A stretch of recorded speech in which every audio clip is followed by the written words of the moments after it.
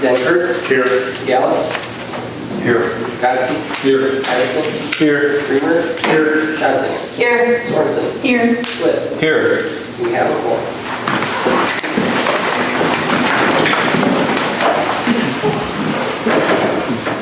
I pledge allegiance to the flag of the United States of America and to the republic for which it stands, one nation, under God, indivisible, with liberty and justice for all.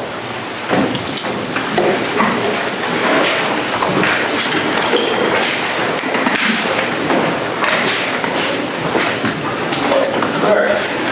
Is there a motion to approve tonight's agenda? I'll make a motion to approve tonight's agenda, Mayor. Motion by Doug, second by Jonathan. Any discussion? Hearing none, all those in favor of approving the agenda, say aye. Aye. Opposed? That's approved. And no one signed up for all right. Right into a mayoral proclamation.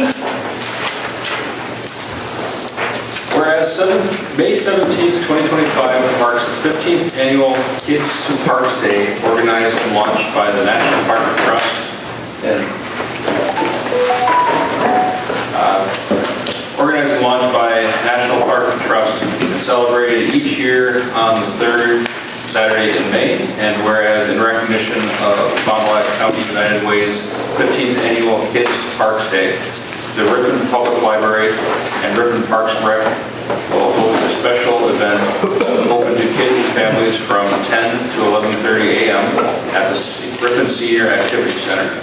And whereas Kids to Parks Day encourages children and families to get outdoors, be active, and explore community parks and public spaces. And whereas promoting outdoor activities contributes to healthy lifestyle and helps combat childhood obesity, diabetes, and hypertension. And whereas Kids to Park Day invites participation from all children and adults and seeks to engage a broad and diverse group of community members. And whereas outdoor exploration fosters a lasting appreciation for nature, play, and environmental awareness. Now, therefore, I, Theodore Grant, Mayor of the City of Ripon, do hereby proclaim May 17th, 2025 as Kids to Parks Day in the City of Ripon and encourage all residents to participate by attending this local event and visiting parks with the children in their lives. Will there be a motion to accept this proclamation? So moved. Second. We have a motion by Ellen, second by Jolene. Any discussion? Jolene? As a member of the Park and Rec Department and as a supporter of the Fond du Lac United Way and the public library here, I'm very happy to see this collaboration, and I commend all those who are putting this together to get our families outdoors and connected. It's great to see. Thank you. Anyone else? This is Amber Killowy from United Way. I just want to say on behalf of our organization and all of our partners, including Ashton, Zine, who is on from the Parks and Rec, I just want to say thank you so much for this proclamation. It means a lot to us, and we can't wait to see everybody. More information on our social media page will be coming soon. And again, a big thank you to City Councilwoman Schatzinger for helping us move this forward. Thank you. If there's no further discussion, all those in favor of accepting this proclamation say aye. Aye. Opposed? Accepted. Thank you. All right, moving into our agenda items.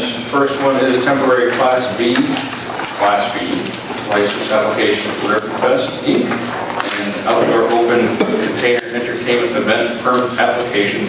This is for June 27th through 29th in Barlow Park. We have the application in the back. And we do have someone from the Fest here. All right. I'll make a motion to accept the application. And that is for both applications, the liquor license and the outdoor. Yes. That's correct. Yep. Just for clarification. It's a motion by John, second by Steve. Any discussion? Ellen? Could someone on the map just illustrate where the alcohol will be served and where it will be restricted to?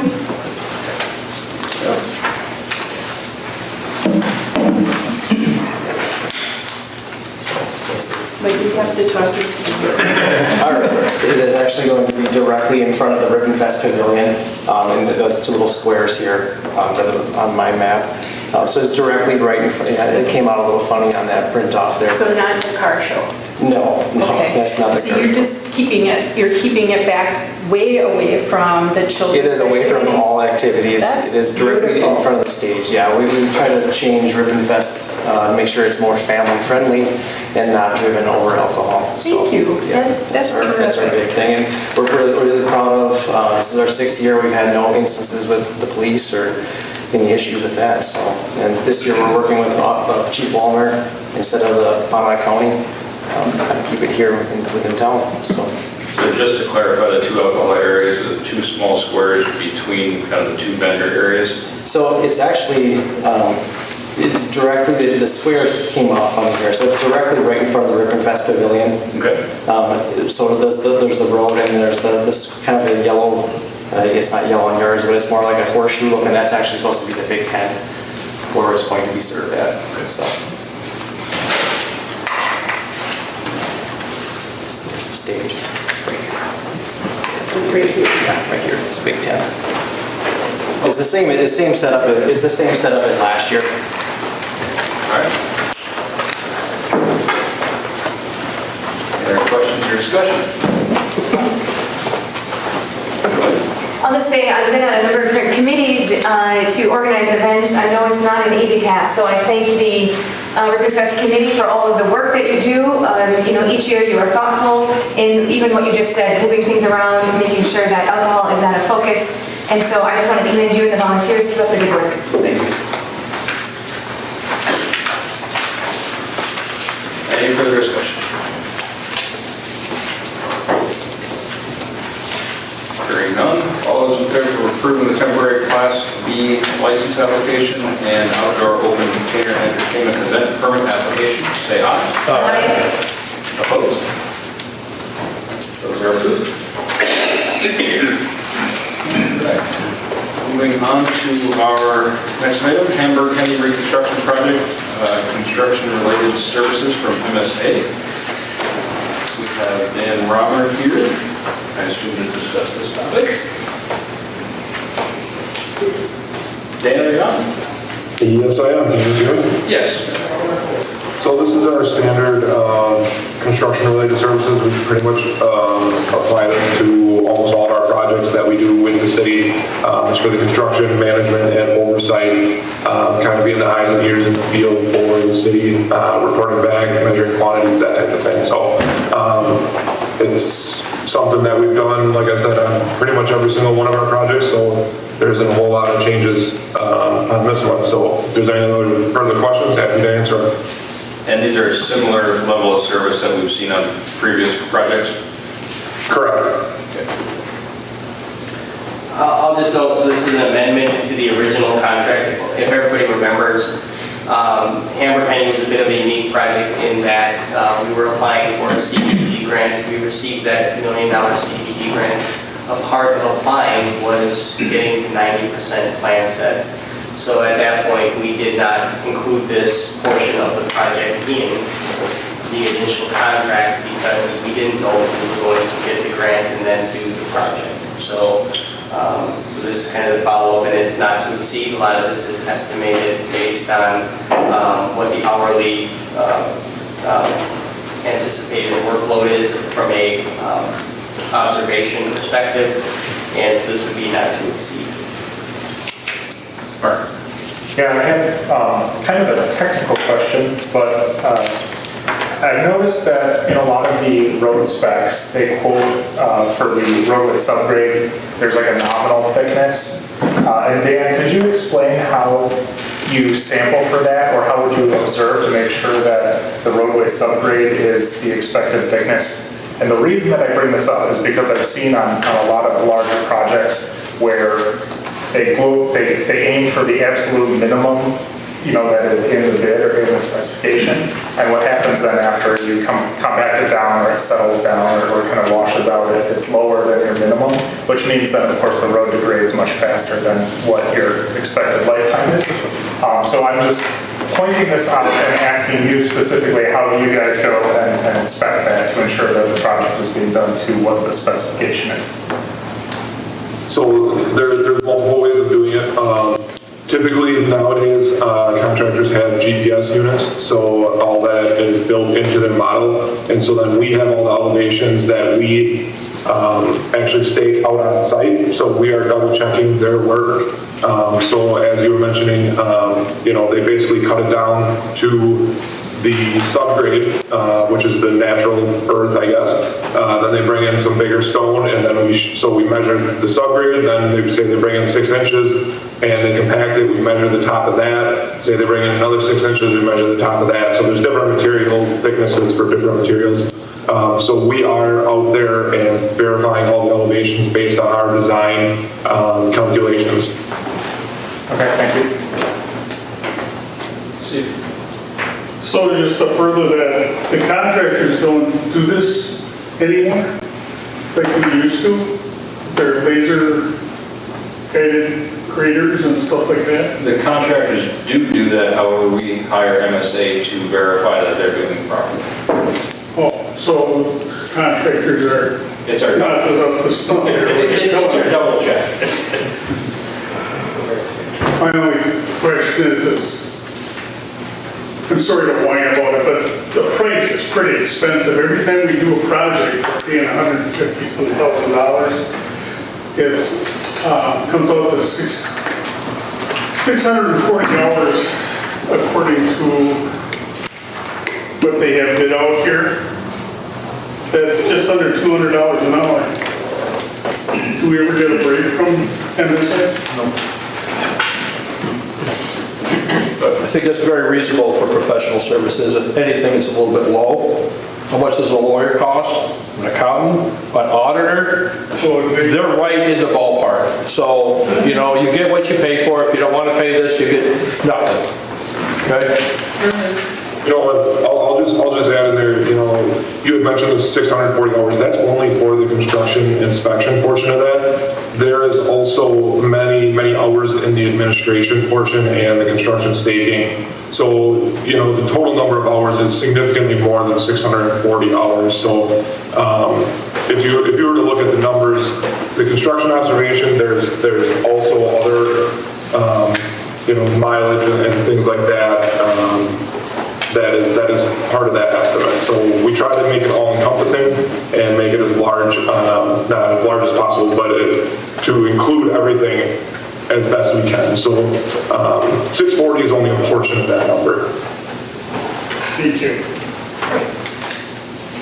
I'll just add that I think both my colleagues bring up good points. I think that it is a lot of money to pay, and it is also, it seems like it is in line. But I do think, since we do work with MSA quite a bit, it is worth considering. I'm not asking it right now, but if there's ever sort of good deals to be made, I would assume that this city would work with that, and MSA would provide that.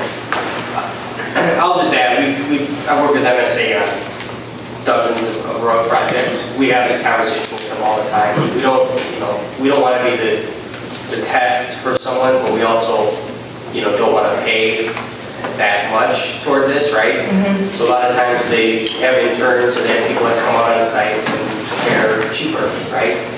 So depending on the type of project, we do work with them and we kind of dictate the schedule. This is a little bit of a unique situation. I believe that some of the design work was discounted because we were shooting for the CDBG and we were doing it a little, proactively. As well as this being a CDBG project,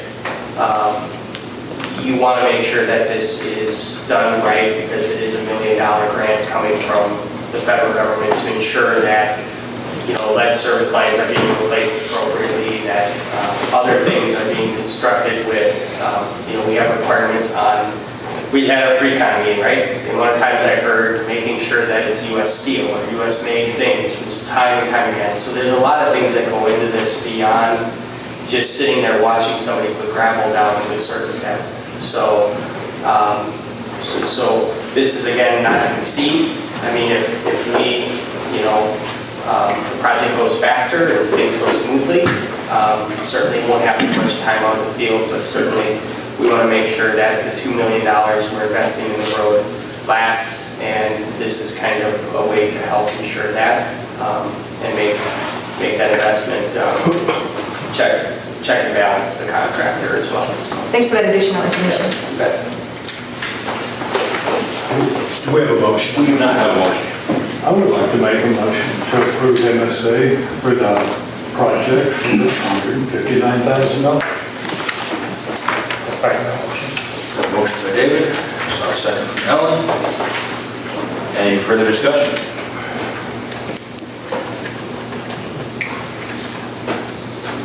Hearing none. All those in favor of approving MSA's contract for construction-related services for the Hamburg County reconstruction project, not to exceed $159,000, say aye. Aye. Opposed? That is approved. Thank you. All right, yeah. Thank you. Next up, we have pay application number 4 for the Ripon DPW facility project. This was on your desk when you came in. So your total amount on pay application number 4 is $863,423.31.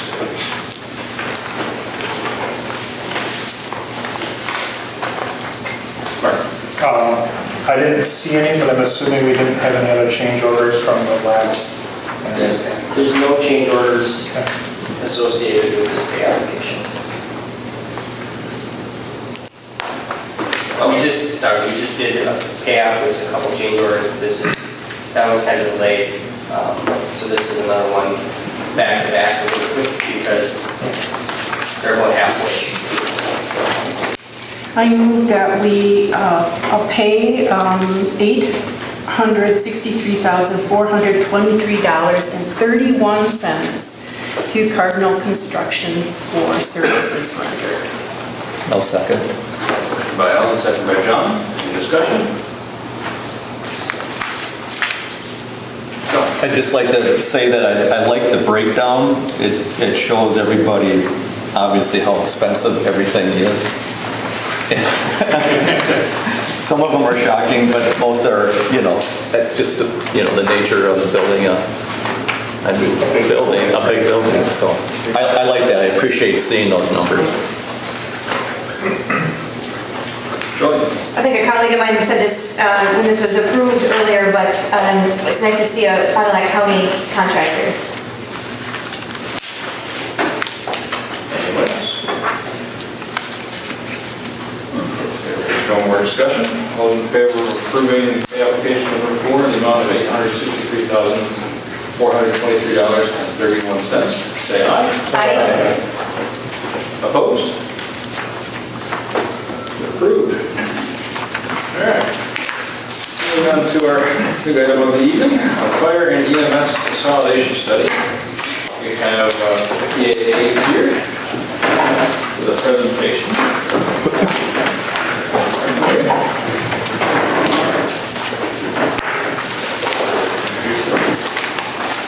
Yeah, so I would say in late 2024, the city contractors with PAA began a fire and EMS consolidation study.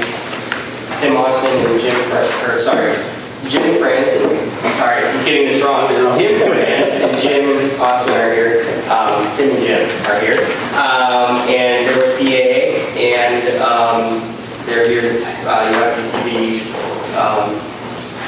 the study in your packet. The study is also available on the city website, and there's a presentation printed off as well. So yeah, we can get started. Thank you. Thank you very much. Just a little bit of background on Tim and myself. So I've been in the fire service for almost 38 years, and within those years of experience, I spent quite a few years with the City of Oshkosh Fire Department, where I was chief in charge of their EMS agency, which we responded at that time about 9,000 calls a year. Then I spent 8 years as an assistant chief of a small department, which we went on about 250 calls a year. I was in charge of personnel and training. So I could come with still operate as a paramedic, still work on an ambulance occasionally here and there. So I come with a great background with working in career paid on call and volunteer fire departments in the last 38 years. So. And it would admit that I've been involved in the fire service almost 44 years and started as a volunteer. I've worked in the career service. Most of my time that I spent was in the city of Oshkosh. I was there for 33 years, retired there 7 years ago. I was served as the fire chief there, and Jim gave you a bit of the background of that. And also been working with PA, doing quite a few of these studies in similar sized communities and looking at the situations that you're in. And a lot of what's going on right now, just to preface what we're going to talk about, a lot of communities are struggling today that are having the transition. Everybody's fighting the battle of volunteer paid on call staffing. It's getting difficult in operating that, and as call volume increases. So that's just some of the things that we're seeing around the state. And we'll talk about that more. All right, so basically our project overview, PA was contracted by the city of Ripon to take a look at a study for fire and EMS. Basically, we were asked to look at consolidation of fire and EMS governed by the city. So essentially, just looking at the fire and EMS department and how we can put them together. Next slide.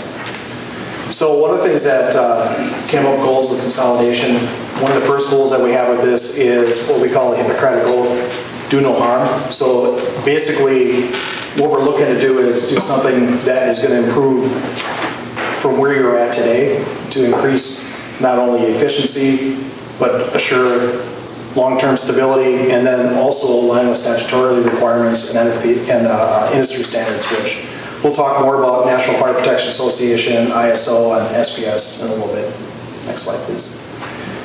So basically what we did is we took a look at department information. We gathered together data both from the fire and EMS, and then we took a look at departments that are serving similar populations, what that looks like. We applied that data to industry standards, as I mentioned, the National Fire Protection Association, which has two standards that govern, I shouldn't say govern, they recommend, or they're what they call a consensus standard, which is a best practice or a standard of care. 1710 works more with career urban departments, and 1720 works more with paid on call and rural departments. So we actually reference both of them because the city of Ripon and the surrounding areas kind of fall in between both of them. We also looked at the Department of Safety and Professional Services. That is actually, if you look at that 330, it governs firefighter safety. And what that basically is the state of Wisconsin OSHA. So if you look at a fire department, SPS 330 is the fire department's safety, and 314 governs fire prevention and fire inspection. So essentially SPS in the state of Wisconsin is who governs, like a lot of the private industry is overseen by OSHA for safety standards. And then Department of Health and Human Services, which is governs the ambulance services, DHS 110 and DHS 256, oversee how ambulance services operate in the communities in the state of Wisconsin. Next slide. So Tim just briefly mentioned what has changed in the last many years in the fire service. And we're seeing this fire and EMS, not only has it affected paid on call, volunteer, and even career departments, all are struggling to provide membership within their organizations to provide coverage of their areas, basically decreased availability and paid on call members, basically during primary daytime hours. What leads to that? A lot of people are not working where they live. A lot of places where they're able to work where they live are not being allowed to leave during the daytime to go to calls. So this makes it difficult that they actually have, may have people within their community but can't tap into the resources because they're at work during the daytime. The other thing is just difficulty in recruitment. How do we connect ourselves with the people that can be part of our organizations? Decreased retention of new staff. One of the things that's not uncommon to see As Tim mentioned, we've done a lot of studies. Him and I both worked for public administrations for well over a decade. And one of the things that we see in a recurring portion of that is the retention is directly related to, at times, training. It's also related to interest. We've seen over the last many years that a 5-year rotation is very common. So if you brought 6 members on your department today, within 5 years, at least 4 or 5 of those members will be gone. And 1 or 2 may continue on to a decade of service, maybe 15, but rarely to 20. That's just a national standard that we're seeing. And that's not even just in volunteer and paid on call departments, we're even seeing that in career departments. Career departments are seeing people leaving at 5, 8, 10 years. Where before, as Tim mentioned, he spent 34 years in the city of Oshkosh. You don't see that type of tenure anymore. It's very common to see people leaving well before they have put in a career with the organization. Upgrading to the paramedic level. The City of Ripon enjoys having the paramedic level service as an ambulance service, which we would highly recommend that you continue. But doing that, there's an added cost and hours of training and retraining that comes along with that. Very difficult to maintain that at a pay-and-call or even at a volunteer level. And then history of governance with the fire district itself. I think we're all very aware of that. We're not going to really touch on any of that tonight, but things that being brought into the organization and bringing the organization into fire and EMS into the city of Ripon, a lot of those issues are covered by portions of your city hall that already take care of those things. And we'll talk a little bit more about that. Next slide, please.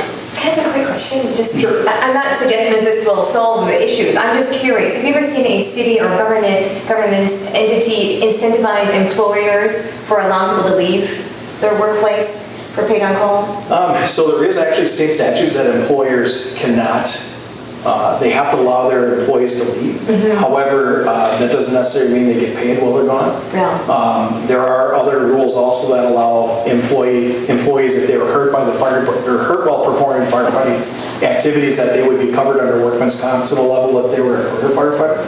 So there is that benefit. But that's already there. I'm saying, have you ever seen any cities being creative to help with this? I have not really heard that I can think of. Yeah. So, but yeah, that's all really good ideas. I think that you could potentially incentivize businesses and things, business and industry to do that, but it is a rarity. Like we said, we've done a lot of different studies in different communities, and that is one of the things that they said has become the hardest thing, where especially when they've had companies that, there's a small community we did some work for, they had a large manufacturing company that would allow 10 to 15 people leave during the daytime, and one day just said no more. Mm-hmm. So that really kind of put a difficulty with the fire department itself and being able to respond with that effective fire. But we have also seen industries that do pay their employees and recognize the value that the paid on call folks give to the community. Because otherwise, they need to be replaced by career staff if they're not there. Right. And it's much more expensive to do it that way.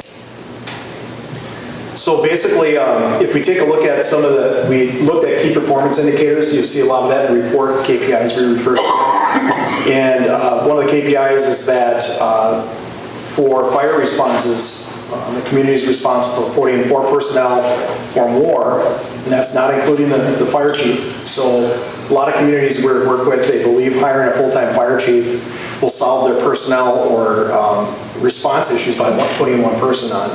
And you have to be able to respond with 4 people other than not including the fire chief to all types of fire responses.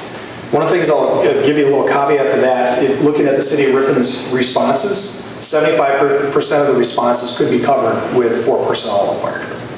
That is what we refer to as a single company response. These are things of smaller car accidents, CO calls, automatic alarms, EMS assists, and at times mutual aid to other communities. So 75% of the calls can be handled at that first bullet point. The other thing is when we talk about key performance indicators, 2 licensed EMS providers. City of Ripon does have paramedic level service. However, the second ambulance or third ambulance out does not need to meet that requirement of the paramedic level. So that means if your ambulance is responding to a call and a worser call comes in, the second ambulance may not be to the paramedic level. So a very good instance of that is that you have the first ambulance respond to a call where maybe it's a fall call or a little bit lesser level of a medical emergency. that paramedic unit is tied up on that call and a cardiac arrest comes in, it could be 2 lesser level providers. Not saying every time, but the way the system is designed to do that. So that means that having that depth in the ability to be able to respond to multiple calls. And that's one of the things that we see, when we look at how essentially if we build a system, if you will, looking at what's the potential of having multiple calls at the same time, likelihood of what the next call would it be a fire or EMS? Most of your calls, probably most communities are at 80 percentile, 80% of the calls are EMS related calls. So your next call, high likelihood of it being an EMS call.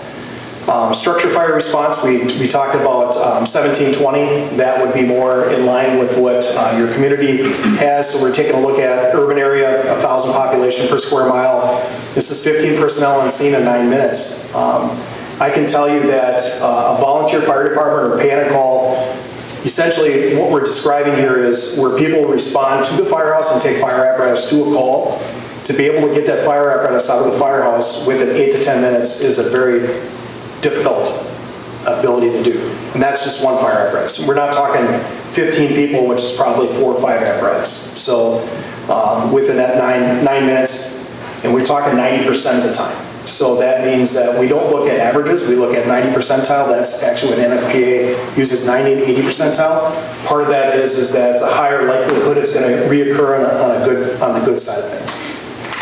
If we take a look at suburban and rural areas, so some of the rural areas where you respond to, the response time, the number of people responding and the response time actually lengthens out. Not to say that the fires in the rural areas are lesser fire than the ones in the city. House fire in the city is the same as a house fire in a rural area. The difficulty there is that they acknowledge that in the rural areas that you have a farther travel distance. You may have less people available to fight fires in those areas that can quickly assemble and get to the station and get fire trucks to the scene. Next slide, please. So if we take a look at Departments of Safety and Professional Services, SPS 330, if we take a look at what that looks at is staffing, as we mentioned, 4 personnel, not including the fire chief, to respond to all fire type responses. Policies and standard operating guidelines, assuring that all of those, there's a whole list of things that are policy and guideline required, a lot of them dealing directly with safety, and then training that occurs off of these policies and guidelines. So essentially, the guideline book becomes what you should be training on, and these are guidelines how you operate at certain types of incidents, whether it be a car accident, a structure fire at a house, structure fire at a downtown business, or at your college. These are guidelines that need to be in place that talk about, how the response is made to those types of incidents.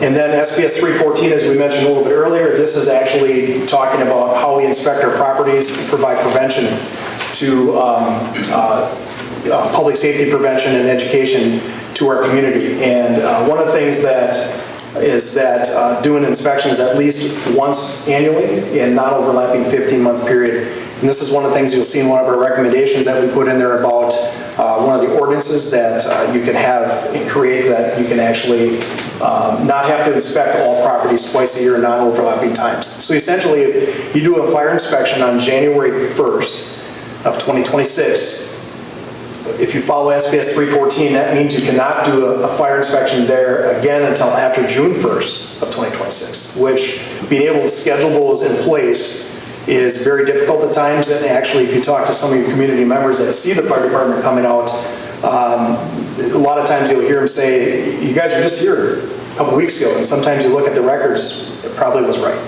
And actually, so we've recommended this to a lot of different communities. We've actually done some research in this area to determine, is one inspection adequate?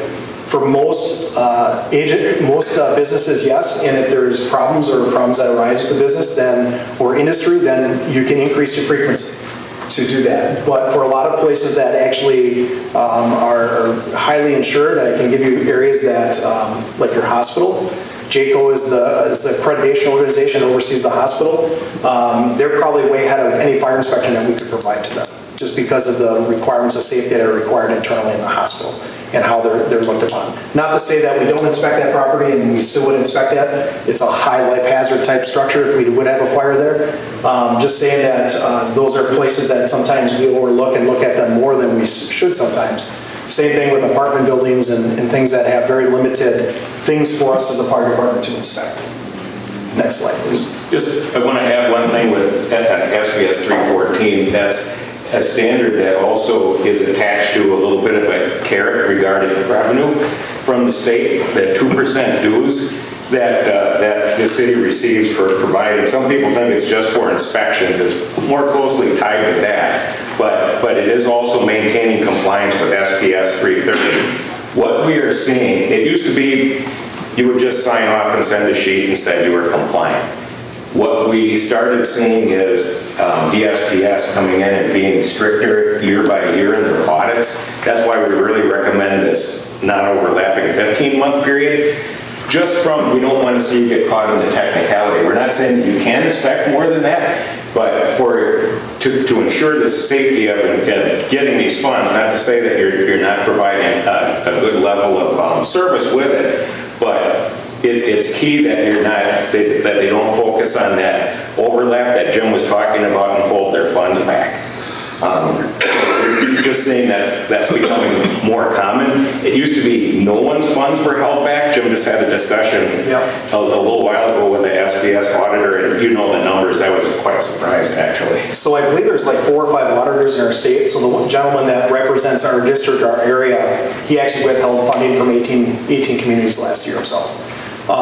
There's the other one that actually works up in the Northwoods.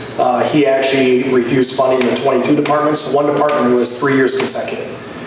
They have not been coming in compliance in the last 3 years. And actually one of the departments, they disallowed them from doing any interior firefighting. So essentially if they responded to a fire, to a house fire, somebody was trapped, the state has not allowed them. Now granted, can they go out and do that? Absolutely. They can go ahead and make entry into that structure, but the state has not allowed them to make entry into a structure that's on fire. Question, Ellen? Also included in SPS 330 is fire prevention education. That's because we've studied this extensively, and we have a pretty robust program for fire prevention with the schools and with senior living facilities.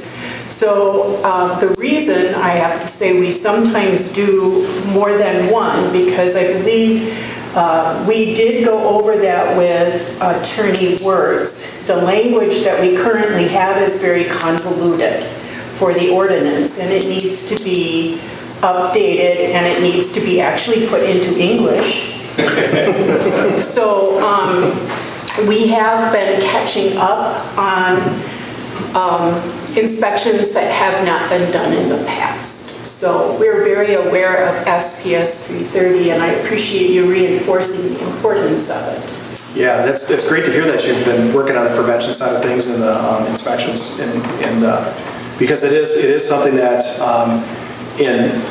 as mentioned before, Tim and I have done a lot of studies. We've actually worked with a lot of communities, and we had heard this at previous years. It was 15 or 20 years ago, SPS had one auditor that went around, and then all of a sudden they increased the number of auditors, and they went from a self-study audit to every 3 years an on-site or site visit audit. And so essentially what occurs is that if you don't get your self-study audit in a certain time period, automatically red flags, you get an on-site audit, which usually indicates that there's probably going to be funding withheld from that. So over the last many years, the standard kind of did a little bit of a change. I can't remember the exact years ago, but just close to a decade ago, they made a change.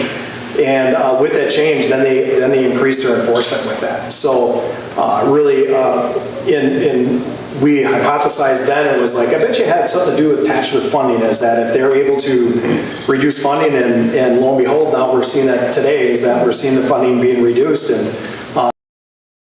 communities, the funding is pretty extensive that they might lose out to. And near the end of 314, if you look closely, there is a thou shalt have a fire department safety and health program, and that's how they've tied in SPS 330, because we have people questioning us saying, well, who says we have to do this? Right. And that's how it's there. Another question. Yeah, so one of the things that nearly tripped us up a year or so ago, I think it was, Ellen, we almost didn't get our 2% dues. What was the end of 20? SPS 330, the training, it was not documented properly. So we've taken steps to correct that, and I think that's back on track now. The other thing was we needed to have some health and safety committees with the fire. Last I knew, that was a bit of a challenge to get some of the firemen together and just have a meeting to talk about this of some kind. So we are aware of, I think, at least those of us that are on that fire board have been updating our policies and procedures, teasing that out, making that correct, and really getting that training in. As I think that really tripped us out. So thank you. Yeah, so part of our study was not really, our task was SPS and see the compliance of that or compliance of response and things like that. That would be a whole different, we've done those before. We just got done completing one of those SPS audits where we came into the community and looked at, line by line the things that both of you have just. I'll wait till the end of this one. Okay. But why we're presenting these is the design of the department. What we want everybody to understand, it isn't just a random, I think we need a few of those and a couple of these, is that it is very specifically designed so that it meets all of these standards, requirements, and performance measures as our goals. So taking a look at other things for the department design and budget, if we take a look at EMS as a standalone system, currently is underfunded. Service that actually started many years ago, one of the few pioneers in the EMS system in the state of Wisconsin. However, one of the things currently is that you're filling full-time positions with part-time people, and that is a very fragile system. That is a system that is one person away from failing. The difficulty, especially with part-time personnel, you're kind of on their turf. They can dictate to you when they're going to work and not work. And that can cause some significant difficulties, especially, and not necessarily may not be with that first ambulance, but that second ambulance we talked about, even the third one.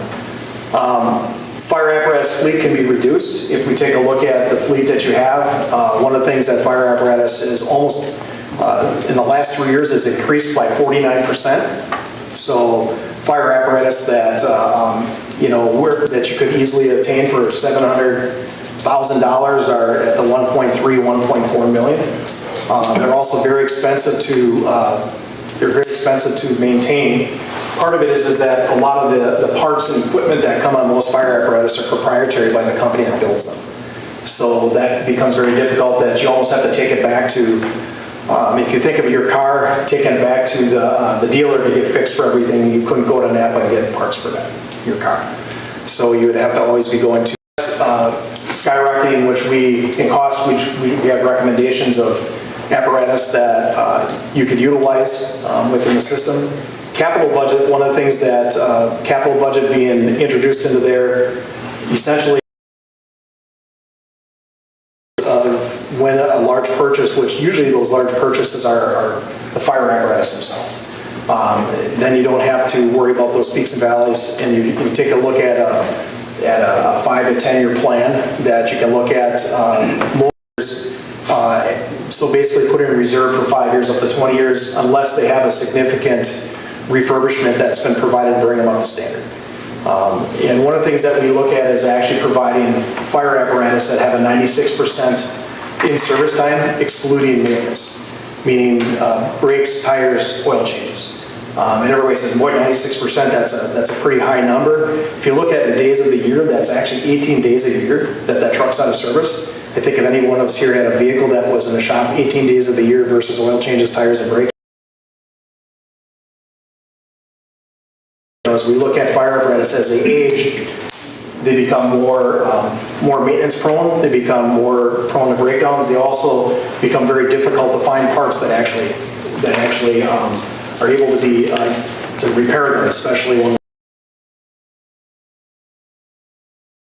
is call overlap and unit hour utilization. So unit hour utilization, or UHU, we refer to in the report, was considered in the design because I mentioned this a little bit earlier that what if we had a fire and EMS call at the same You know, the one thing that, when we do the numbers and look at the numbers of EMS and fire responses that you have, the likelihood is very low. And the staffing model that we provided actually would account for that. And we said about 80% of the time EMS calls. When you get into that third call, whether it's a fire call or another EMS call, which we talked about, 75% of your fire calls can be handled with one fire company. Our model still includes a paid-on-call staff, also similar to what you respond today. So we're looking at enhancing what you have today and taking it to the next level. Next slide, please.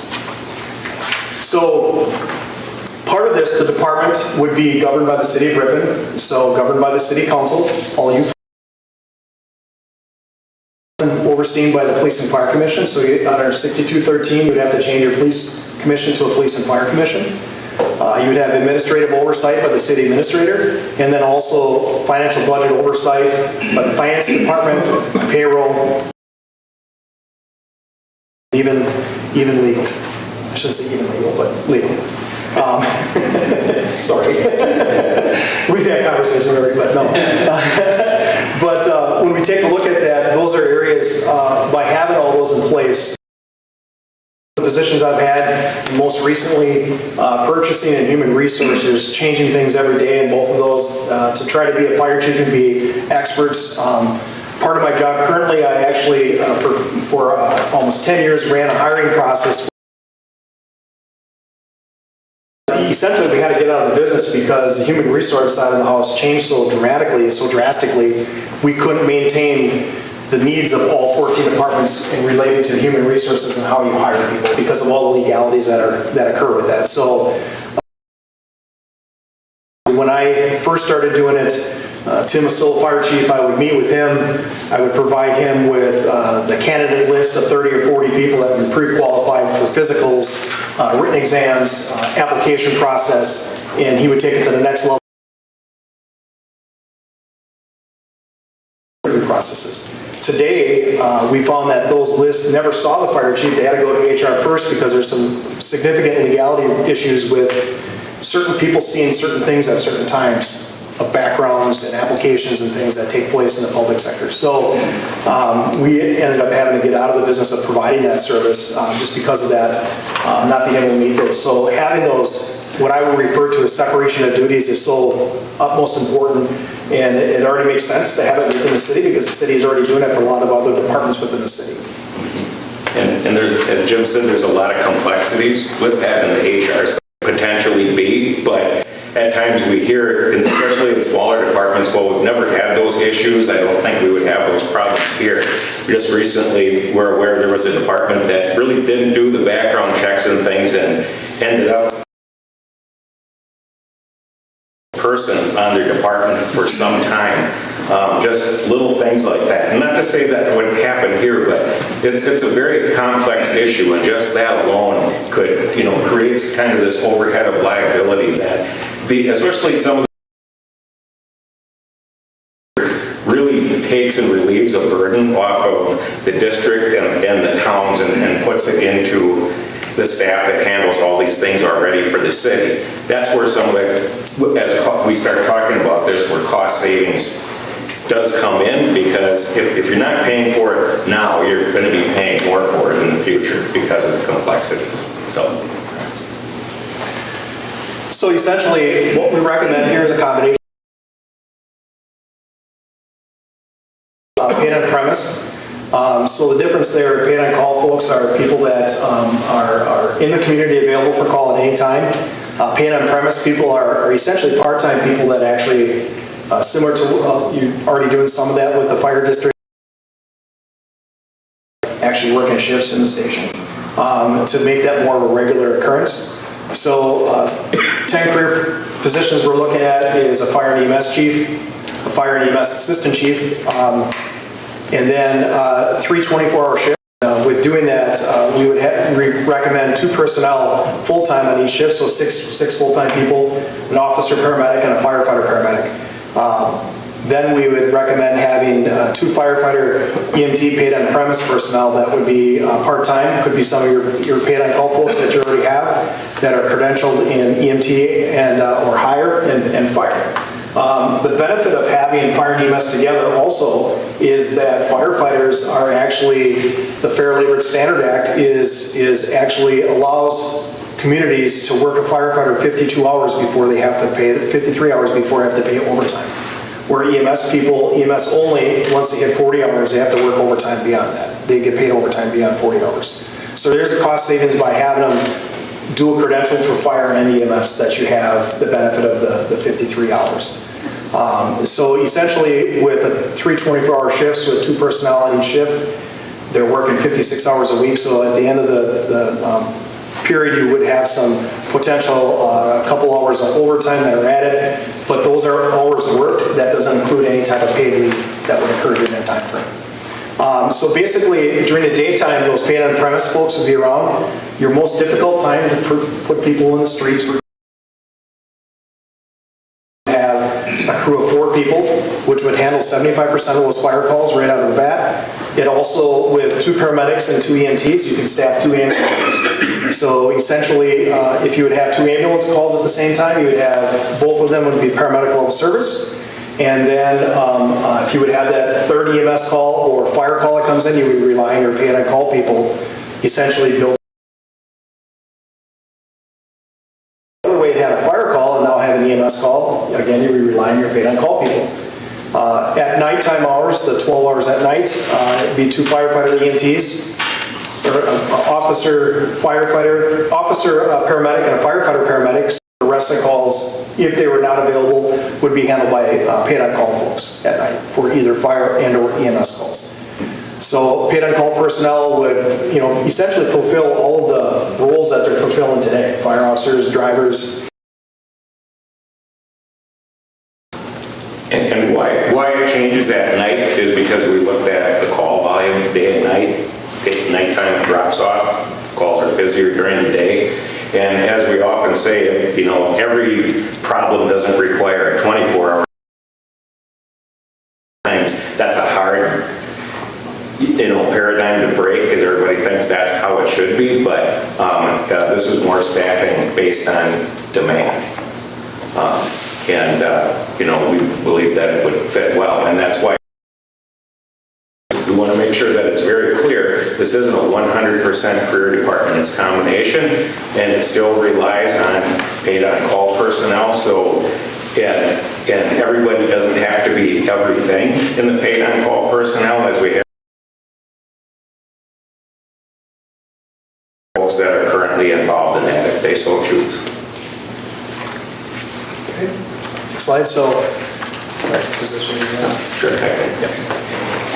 Just so some of the enhancements is that currently we just looked at, in addition to covering the performance measures, we looked at Ripon Guardian Ambulance manages 1,700 plus calls a year. That's what they were up to this last year. So we said the daytime, it's relatively adequate. We're filling daytime positions with the EMS chief that it's getting more and more difficult for him to find paramedics that are willing to work part-time, because it's really for the amount of time and training that a person puts into being a paramedic. The majority want to part-time jobs, and a lot of the issues right now, since staffing is, since paramedics are such a hot commodity throughout the state, they can make more money working overtime where their current job is versus doing it part-time someplace else. So it's getting difficult to find folks that are willing to do that. And you lose just one and you've got a big gap in your system. So regardless if you would do this or not, that is something you're going to be dealing with here in the very near future, or I'm sure I know it's been brought to your attention. In-station coverage and backup strategy. Again, daytime is your busiest time of day, so it really has the ability to cover the majority of the times 2 overlapping calls during the day for EMS. Again, the question is what about if we subtract out the calls where the fire department does respond with EMS? That really drops the number of fire calls down. It's less than 1 per day, so the likelihood statistically, not that it couldn't happen, but it still could, but or even a third EMS call, or the need for a third ambulance on call, if it's available. So the other good thing about this is that one of the problems with paid-on-call personnel, especially at night and with employment, is still having to go to your other job and the number of calls that they have to do. This won't eliminate that completely, but it will take some of the pressure off of having to do that, and hopefully increase the longevity and the recruitment of paid-on, that it isn't as difficult as a call commitment at night as it currently is. Next slide, please. On the fire service side, so it puts 4 cross-trained fire EMS personnel in the station. During weekdays, that you've got people in both stations. Paid on-premise folks at the fire department, and also essentially paid on-premise folks here in the EMS. Some of that is using the same people to cover those calls, and looking at how many calls they can handle in unit hour utilization. As people ask the question, can a fire department do both? And as Jim said, well, came from a department where we did 9,000 calls per year, and we had 3 full-time staffed ambulances that did fire and EMS calls. So, and they're looking to add a 4th now with the call volume, I believe, is up to about 11,000. So that's why call volume is going up everywhere. And it's not related to population. It's just that's the way society and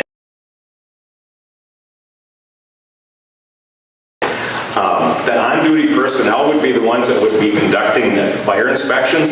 This is a model that's in almost all career staff departments, that in the times where they're not on calls during daytime hours, they're on duty. Don't necessarily have to have separate personnel to do that, but it would be supervised by the assistant chief. The assistant chief also would be developing and supervising the training of all personnel, including paid on call.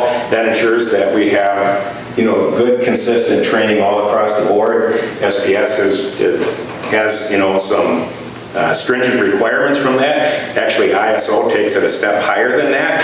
That's the Insurance Service Office that rates you to ensure it gets done, because that's another burden that gets put on the paid on call folks, beside responding, of having to put in the time to develop all of those training programs. Not to say that they can't still be involved, but take some of the that paid on call personnel would still be needed for the larger incidents, such as traffic accidents requiring extrication, structured fires, mutual aid calls, brush fires, grass fires. On mutual aid calls, we would recommend not EMS, so use your fire-only personnel to do that, so you can maintain that EMS level. And that's a fairly high number of calls. Everybody's becoming a little bit more reliant on mutual aid. So where would this come from? The greatest share of that cost comes from sharing chief officers, having one set of full-time chief officers overseeing both departments. The other staff or other costs are shared is the staffing that's in the stations. Right now, you don't see a big flip, because in a way you are almost staffing full-time on the EMS side of things, just that you're doing it with a lot of different people, part-time versus doing it with a smaller number of full-time personnel. And so they are cross-trained in the station and staff. A little bit also in the savings, as Jim pointed out, from a standpoint of pay on FLSA, when you utilize fire departments to provide EMS, Fair Labor Standard Access, overtime threshold hits at 53 hours. So that saves you a little bit of money there, because it was always designed around working 24-hour shifts. You only need to maintain one facility. Speaking of the facility, though, we do make some note of that in our report. The current fire district station has some potential issues that need to be looked at, and it really is not designed well for 24-hour staffing. So that the cost for looking into this and upgrading those facilities are not included in this. But generally, the rest of the budget is overall economies of scale. So we didn't give you the separate details, drilling down into all of those, but the main issues where you would see what those costs are. And it's a fairly significant amount, and it's all relative to what it is. So it is more than what we're doing right now. Is underfunded right now. And what you would really be looking at is more of what that bottom number is there in the very near future. Next slide, please. So how this would break out, broken out by assessed value. For the fire perspective, we always say it should be based on assessed value of improvements because fire department is a risk-based service and it's a property risk. And we say assessed value of improvements versus, so that's why that number is picked. So just a general idea of where the cost percentages would lie and what they are. Again, these are estimates, and this isn't the exact dollar amount, but to give everyone a rough idea where this would go. Also keep in mind, these numbers, as we develop this report, have capital added into it. So that's another reason why these numbers are greater than what you see right now. So these numbers are smoothed over the course of the 20 years we worked with the finance department here in Ripon putting all these together, and how would this finance and how would this made in that particular year, and capital is applied in the budget that would be put into a sinking fund so that eventually when that major purchase comes along, the money is there versus having to wait and borrow and bond for it when it comes along. And the split for EMS cost distribution is, and it's different than for fire. And why we split this out is because two things: you don't cover the same communities for fire and EMS. And contracts that we work with and do, if they do have it separate, we recommend that EMS is done on a per capita basis. Now here again, it's a significant cost increase, but again, a big increase in this is actually there is some increase on the staffing side of things. And realistically, when I look at this, I would just, I don't want to pick on any one community, but I'm just going to say the village of Rosendale because it's a little bit higher population than one of the. You could operate your own ambulance service for $34,000 or $40,000 a year. Not even if everybody would volunteer completely, that couldn't be done. So there are economies of scale, and Jim and I are both big believers in regionalizing services. Because you can share the costs, especially with EMS. As long as it's within reason and we can meet response time parameters, it's the higher volume, the lower the cost we can have to provide this level of service. Next slide, please. So,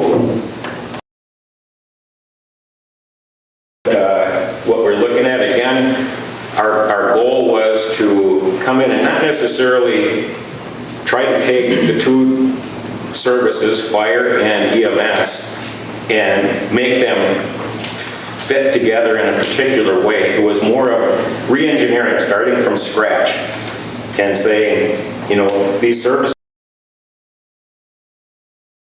What would a service look like if it wasn't here, if we were building this from scratch, and the ideal state?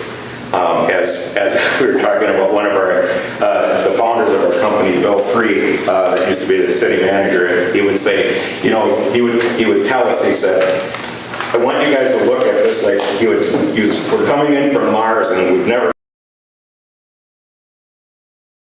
Don't have any preconceived notions.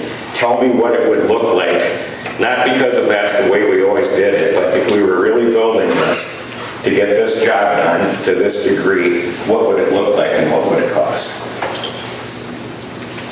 Okay, I just have a quick question for you.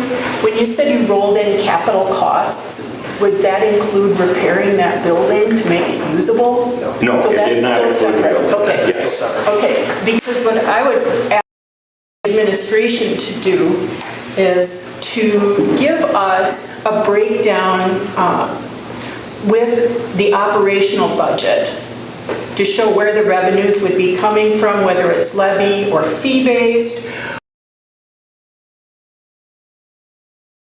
and do a more detailed budget for us so we can see where we would potentially be drawing funds from. And then a separate issue, and I don't know if that can be done quickly, but the building does have a lot of it's not usable, it has structural issues, I think you looked at that. Yes. We know it has structural issues, and then that piece is another long-term capital improvement. And I don't have a problem with your stuff talking about with equipment, and we do have too much equipment. We do have to divest of equipment down there. So those are, my request is that the administration give us a more detailed drill down on a potential budget, including revenues, where those revenues are drawn from.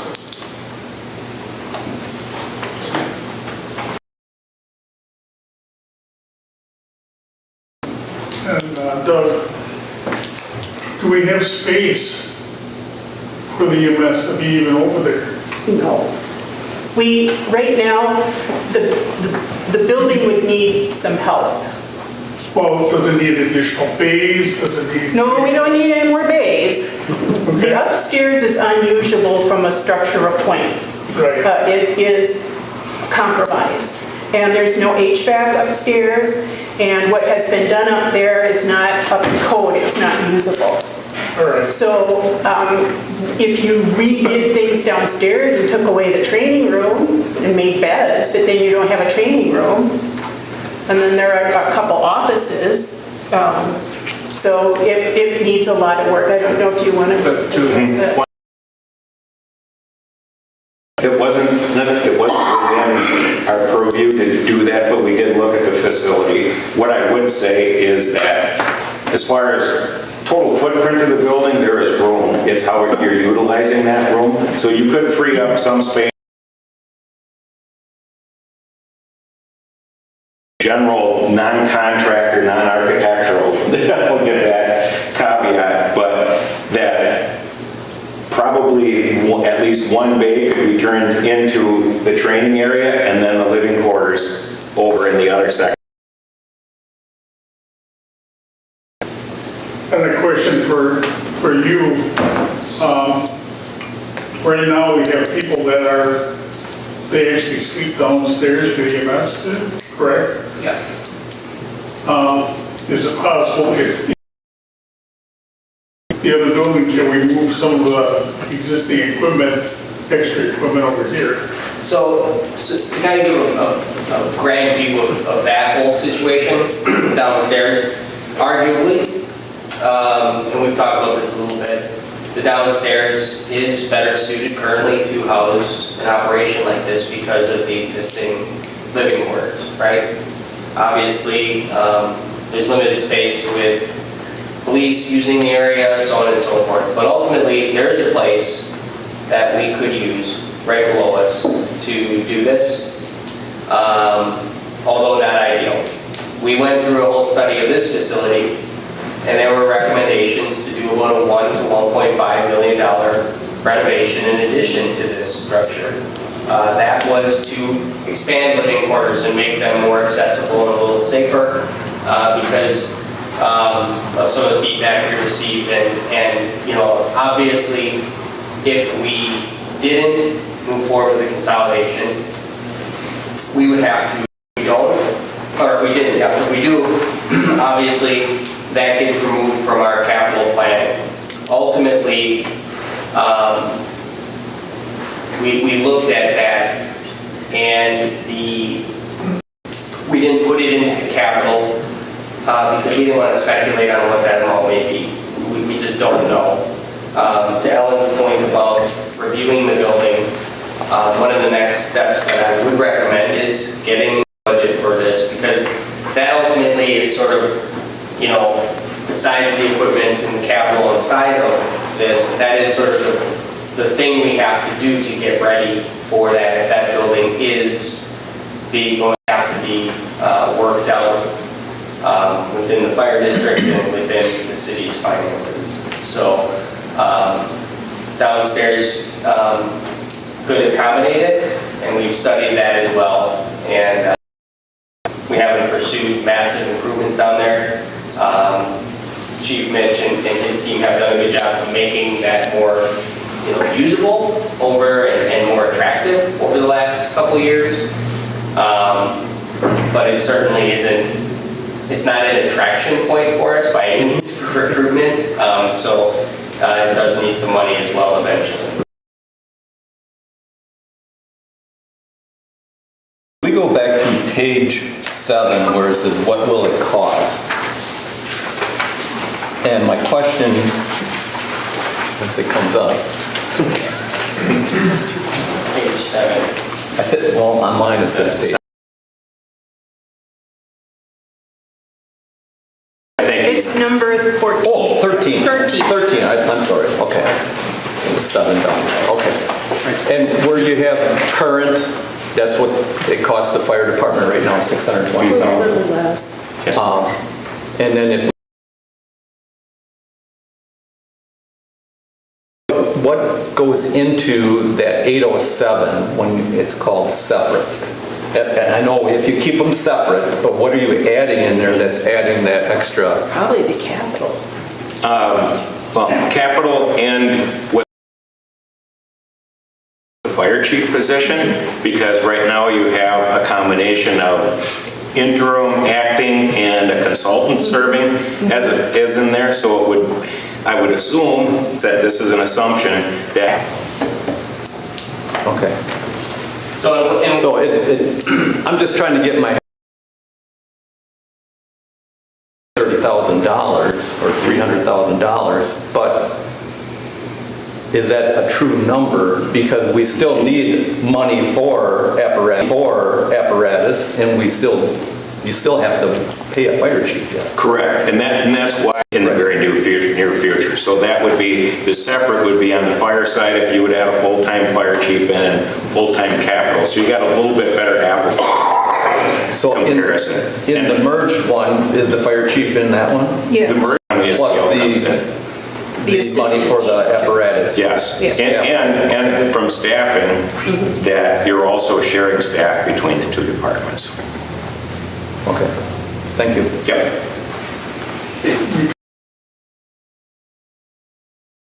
Full-time, right now, it sounds like everybody's part-time. As far as paid people, do we have EMTs that are paramedics that are full-time? EMS, we have two full-time paramedic, a weekend paramedic, so there's 2. And I think the reality here is, you know, if we were to, or what we are likely to be forced into is adding full-time paramedics. We have talked about this, and you can pretty much assume that if a paramedic's going to be $75,000 to $100,000 a pop, full-time, all in, right? That's probably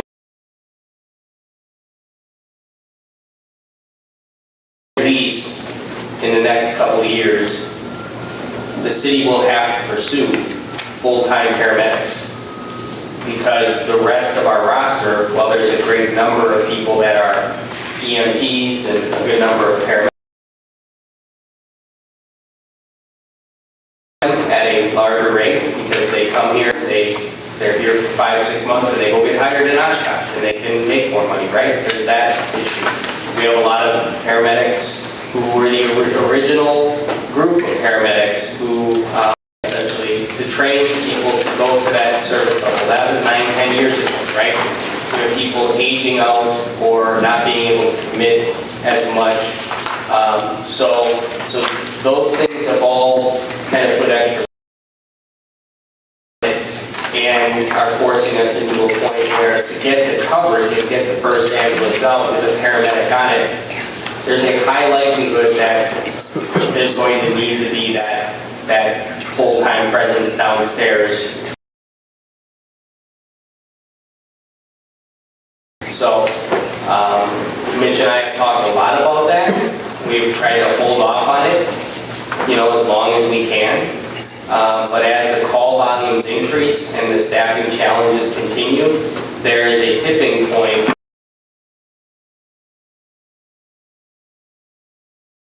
But my best guess is that in next year's budget cycle, there will be a request for additional staffing again for EMS, including full-time paramedics. One comment I'd like to make with that too is that the longer that you wait to merge both services, you end up hiring people on both sides of the fence that may not be cross-trained. So now you end up having people on both sides, either fire or EMS, that don't have both credentials or not what they got hired for. So you have to take a look at that also as you move forward on this. But as Adam mentioned, you're at that tipping point. I would say you're probably beyond the tipping point. You're one run away from being working as a paramedic for over 38 years, that you're at a point that the next ambulance call may not get answered. And you're there because Mitch does not have enough fingers to plug all the holes in the dam.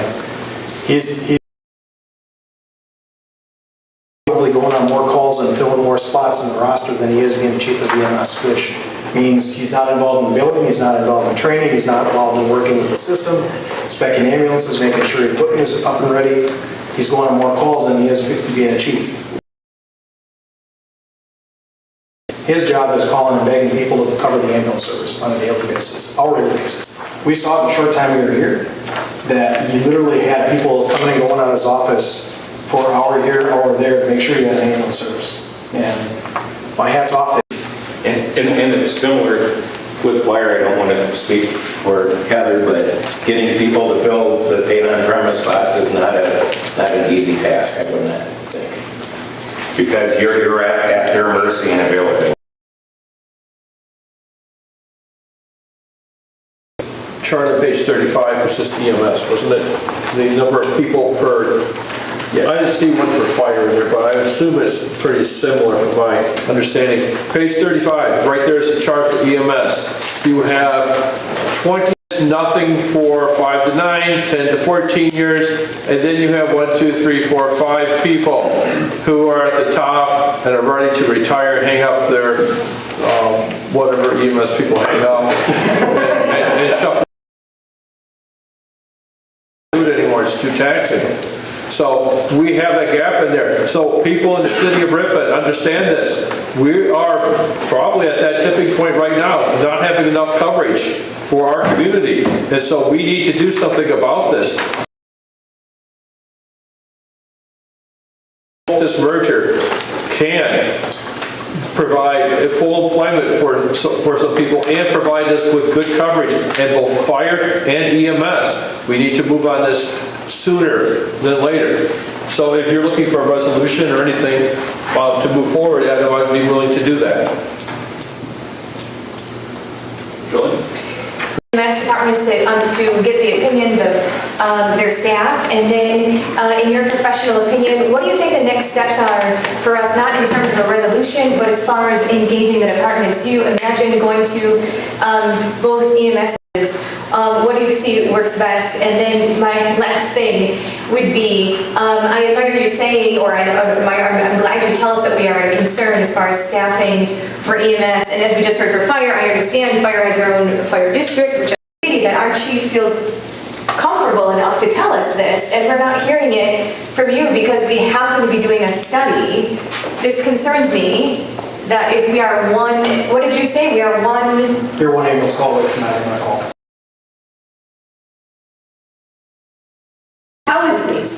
How is this okay? Anyways, can you answer the question? Okay, I guess Page 14 is the firefighter breakdown, personnel and numbers, staff. And that was provided at the final report, but basically you have to break down that. So there are some new personnel on there that aren't on this one? No, my question is how do you engage them? Okay, so, Yeah, so I just want to make sure we answer the gentleman's question there. He had a question, because he found the EMS. So similar problem. yes. A lot of people start out and then life happens, like, I don't know, they got a spouse, significant other, the job pulls them, because this is not full-time. Because somebody doing this and they like doing it, they go to the training, but life happens, they have kids have dance recitals or things at school, can't make it, job says no, I'm working out of the area, so there's a problem right there at all times. In council here about not having enough people to cover. So this should not be anything new. We've talked about this a lot in the last 6 to 8 months or even longer, not having enough coverage because people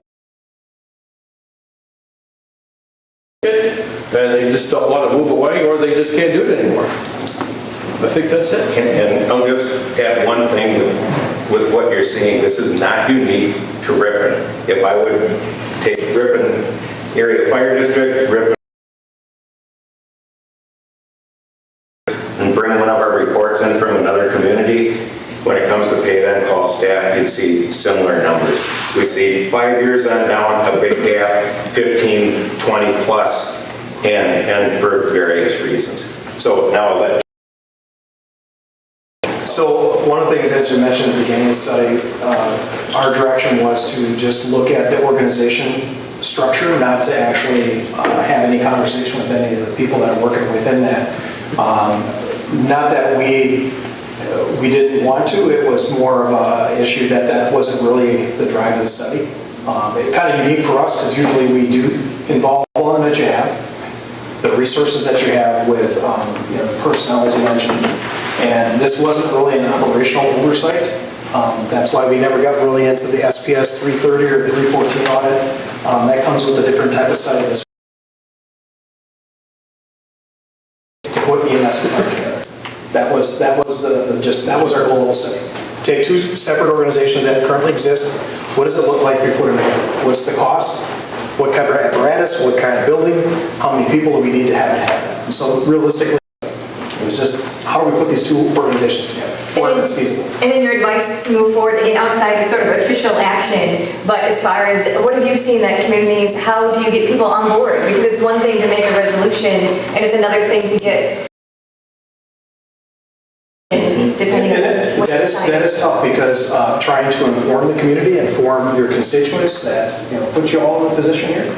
To what situations that you're dealing with on an everyday basis. They may not know that. The average person may not know that. They're probably, had complaints of either service demand or timely service being provided and things like that. But, the problem that we have in public safety, fire and EMS specifically, an average person probably uses fire and EMS once. Now, some people may have used it more than that in their lifetime, but the average person uses it maybe once in their lifetime. So if their experience was a good experience, that day Mitch's crew or the fire crew had staff in quarters, they had a good response. But then you might have that one that was. What a good response is. As elected officials, your job is to take standards, best practices, state laws and regulations, and put that in place so you have that best practice in place as a service. Probably don't know that you're at the brink of breaking point for fire and EMS. They do know. They don't know that. So, They do know. They do know. But as far as the next steps and why when we said the paid on-call part, we didn't say everybody needs to be fire EMS. That's one of the keys of moving forward. That paid on-call folks can serve in a dual role. They can serve just in fire, they can serve just in EMS. And the state is recognizing this because we're in a crisis. not just here. I might get a little emotional here when I speak of this because it really concerns me. And anybody that travels anywhere should be concerned about this, that is there going to be some a problem or emergency? Is there going to be somebody there where that somebody's going to respond? So the state's getting a little more flexible in ensuring that some response is better than none. In rural areas, they're allowing things like a be the driver, that we can have personnel that, it used to be everybody in the fire department had to be firefighter one, this one size fits all thing, and they couldn't just be an apparatus operator. They're allowing that to take place right now, that they can be apparatus operators, because why not have somebody that just wants to drive the truck so that you've got someone that has the capability of wearing breathing apparatus and being an interior firefighter, so they're not driving a tender hauling water back and forth to the scene. Those kind of things.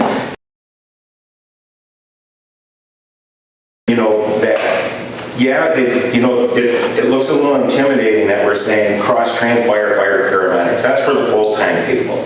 But the paid on call, which still you need, and I'm not saying it would be nice, you need that. And allow that people can have multiple roles. If they can serve both roles, that's great, but they don't have to. You're still going to need paid on call paramedics. It's great. Very rarely do you have those, but as Adam was saying, that you had the hospital paid for that, and you started off as a paid on call paramedic service, which is like unheard of. Very rare because of the time that it takes for that training, but you have some. So keep them as long as you performance standards and everything that we have to meet. The other thing that is important to carry on the current fire staff, because even everybody meets the credentials and trains, there's the experience factor of knowing the community and the different facilities that you don't want. Just one of the things, oh, I'm sorry. One of the things that you notice in the study proposal that we provided for you folks is that one of the things that you mentioned about one of your paramedics that worked here a short time and got hired by Oshkosh. So when you look at why come to Ripon to be a firefighter paramedic, and that's why if you look at two reasons we actually have the officer paramedic into that. The last thing you want to have is two firefighter paramedics working by themselves that just graduated college. That probably is not the best for the system, because there's probably going to be some times of the day that the chief or assistant chief may not be available, like a larger fire, paid on call, people coming in. The other thing is to attract people to your community, where we talk about the fire department seeing people leaving at early ranks, 5, 6, 7, 10 years. Part of that is firefighters, and a lot of them, at that 5 or 6 year period, they feel that, okay, I've seen it all, I've done it all, what's my next step? And then they look at promotion, okay, that's my next step, but that's 10 or 15 years out, because I look at who's in front of me. So it's appealing to have a community that say, we're going to hire somebody from experience and make them an officer within our community, because then that opens your pool to a larger amount of people. Large amount of people that have experience from other departments that are kind of stuck in that middle and like, I want to do something more. I don't want to be at this position anymore for a longer period of time. And that's one of the things that's, we talked about a lot of things here tonight of why we're seeing that decrease in numbers. Decrease in longevity of those numbers also. It's not uncommon. And Tim and myself and a bunch of other folks that are in the same longevity being in the fire service, I've had a lot of conversations about it. We don't see the tenure or the longevity that we did in the day. We see people at that, in something else similar related, in a job that they're home at nights and weekends. That's one of the challenges that have, and that's where the paid on call folks are seeing that also, is that, I worked with a department that we had 30 people. Where's the other 22 people? I can't believe at 2 in the morning, the other 22 people are at work. They made a decision, a conscious decision. It sounds like there's enough going to that fire, I don't need to go.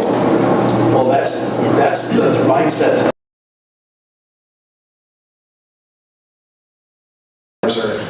I didn't get enough sleep already. There's a lot of reasons why they don't come to the call at that time of night. So, and actually, when you're evaluated by the insurance service office, they look at that, and they say that the number is actually 3 to 1.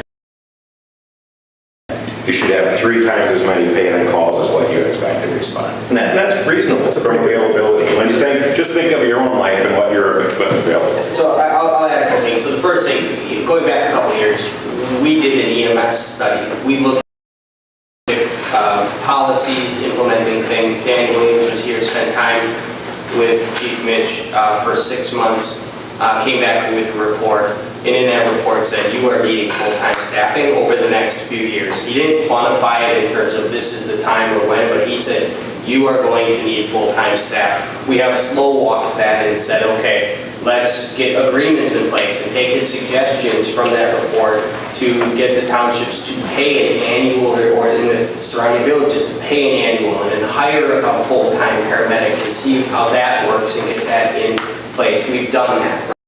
What is failure? Mitch and I have talked about this many times about with the service. What level of service is expected here? And a lot of it comes down to dollars, right? And we continue to get the first ambulance out with a paramedic. We generally have not missed the first call. There have been times, yes, that we have not been able to go on an inter-facility transfer. There have been times where we haven't gotten the second ambulance out and needed to rely on mutual aid from surrounding communities. That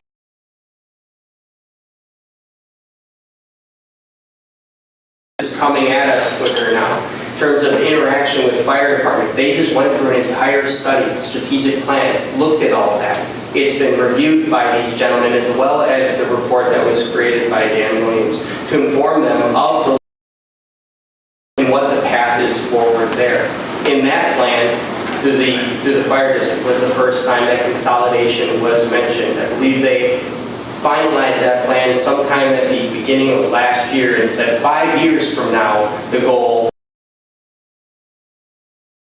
It is not a midterm goal. That is what kicked off this, because we are seeing that from an EMS perspective. So we're managing through this.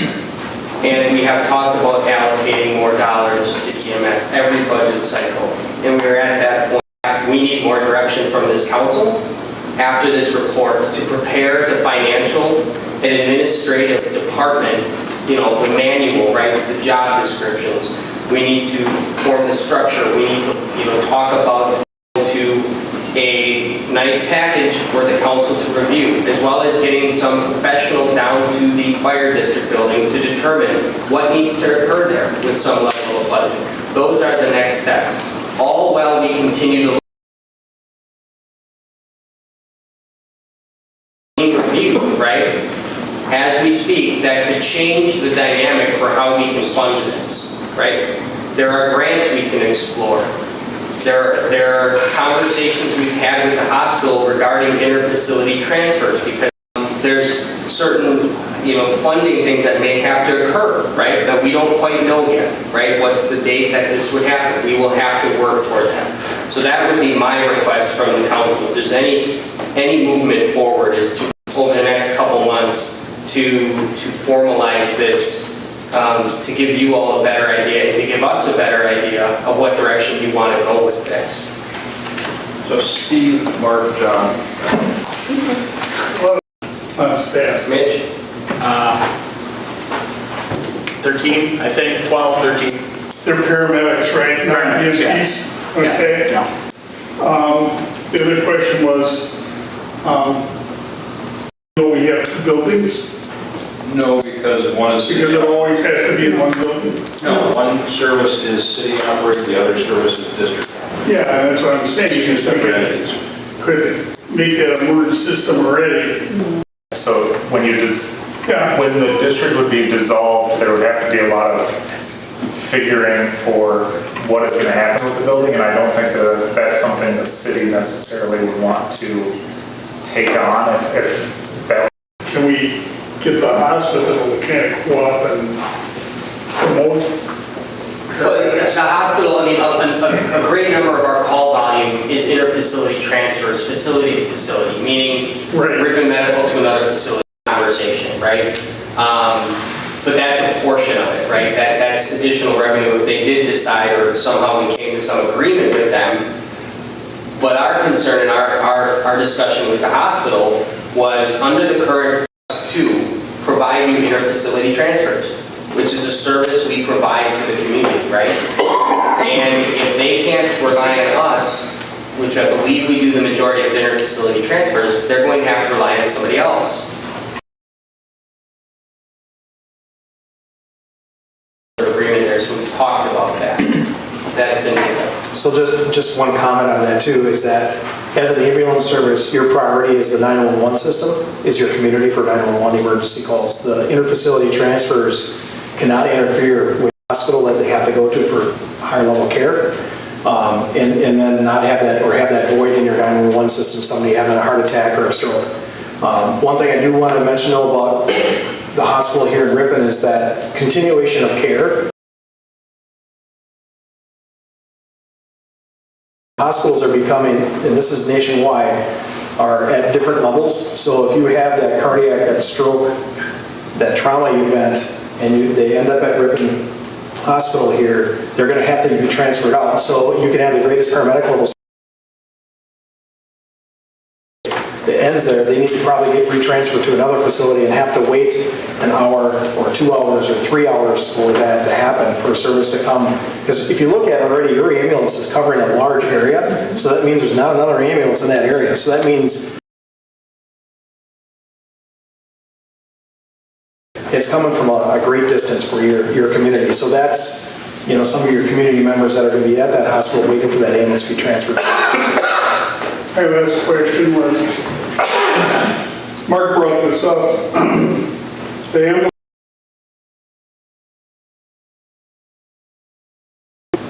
that's in the fire district, can the city, to try to merge this, can we lease them part of the building for $1 or something like that to merge this right now? So we do that.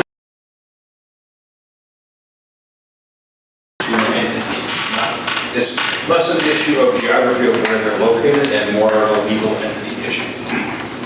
We're two legal entities, we're not one. One cannot manage the other.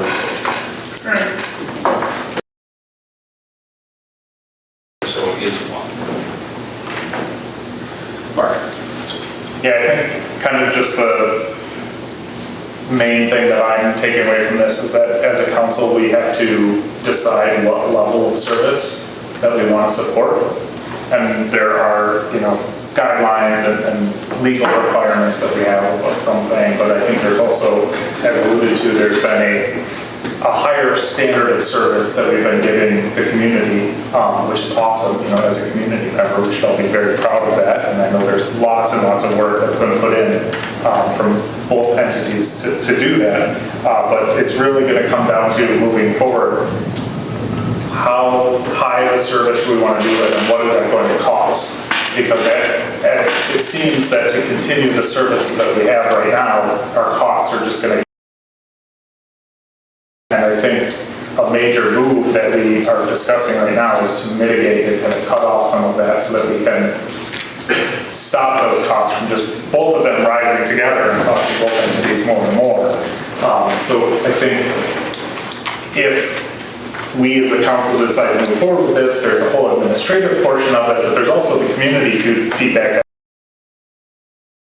we're engaged with, which is, hey, you know, we've been hitting these targets so far for fire response or EMS response. You know, we've been able to do it in 3 minutes or 4 minutes or 6 minutes. Community, if it costs us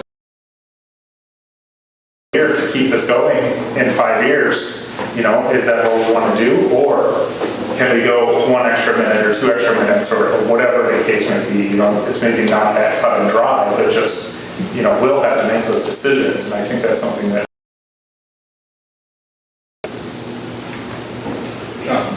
With the EMS shortage and firefighter shortage in the entire state or nation, what are the odds that we'll fill these jobs if we go full-time? And then you have a base rate for a firefighter paramedic at $21.16. That seems to be at like low to me. I don't know if that's... And it looks low, but you have to also not a 40-hour work week. That's actually a 53-hour work week plus 3 hours of overtime. So it looks lower, but when it comes to bi-weekly, it's still 21 it's bucks an more. hour. But that's the hourly rate, but I'm talking with my firefighters, even in Oshkosh, that from an hourly rate, they would say, well, the guys at Oshkosh truck make more than us per hour. That was true, but what they actually brought home bi-weekly was more because the number of hours that they work. Averages for similar communities of this size. And as far as the recruitment standpoint, I'm not going to say that it's easy. It's difficult for everyone. That's why the system that we proposed for that second ambulance out, those are a little bit easier to find and closer to find. And regarding the paramedic level, there are that we're starting to see that it used to be everybody wanted to go to the bigger, busier cities. We've actually in some places found that to be different now because of the call volume is so extreme in those towns that they work at 24 hours disrupted because they're up 24 hours. And we see folks wouldn't mind working in a community where they're not quite as busy. And that was, if you look at a fire department advertising, they usually don't advertise the hourly wage at $1 an hour because they go, holy crap, because everybody makes the assumption it's 40 hours, not 56. Should we assume that would be more than that 21.16? Well, it could be. That's just what we proposed as a start number. $70,000 for the base, right? So you divide that by the 53 hours and you budget all out. Right. So I'm just looking at they put all the numbers together and the savings.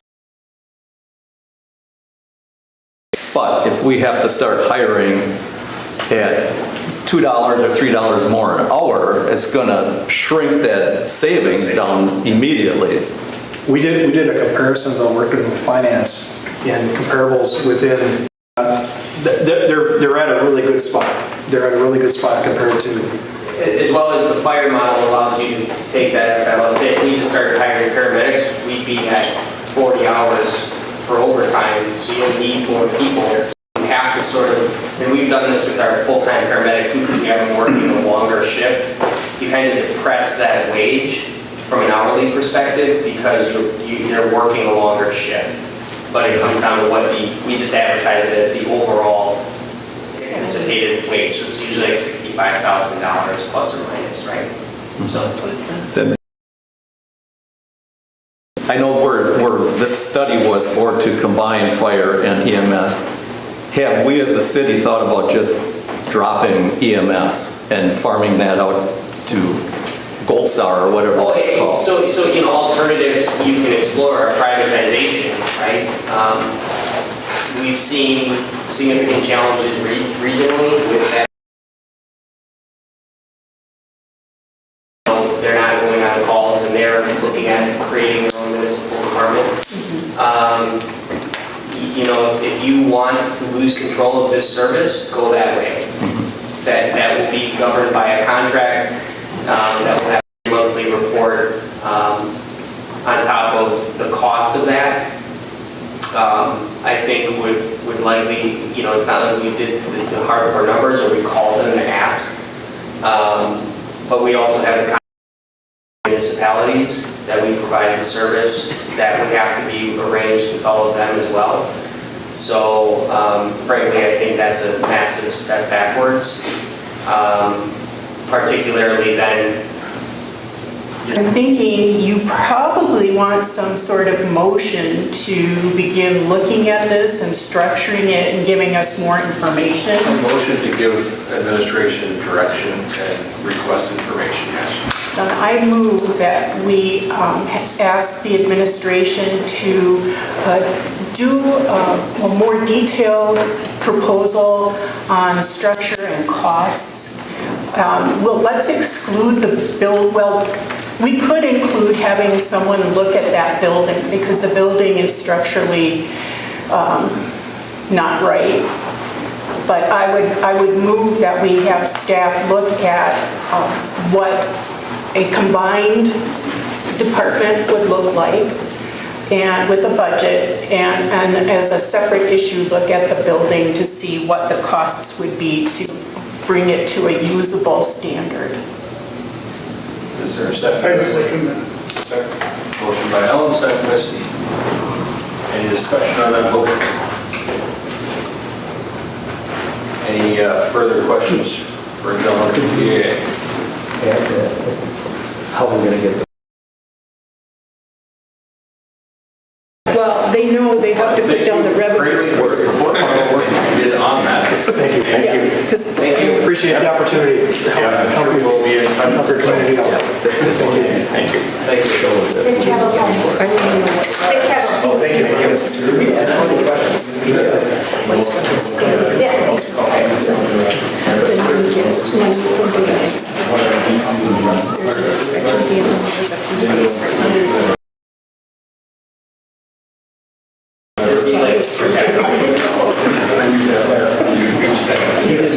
Had the checks made out. You didn't know he could do that.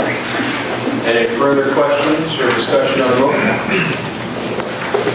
Move forward on getting us information on a proposed combination of services.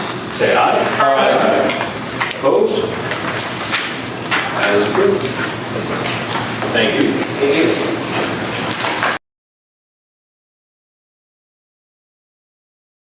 Yeah, Russ, do you have anything for us? I think we covered it. All right. Please. Naomi? Adam? I just provided you a second report for the month, so if you have any questions there, I just wanted to highlight them. For the last week, that was a good experience and some good PR for the local business community. All right. It's already raining. Already raining, I guess. Any future agenda items or comments from council? Oh, sorry, you can look at the state highway project on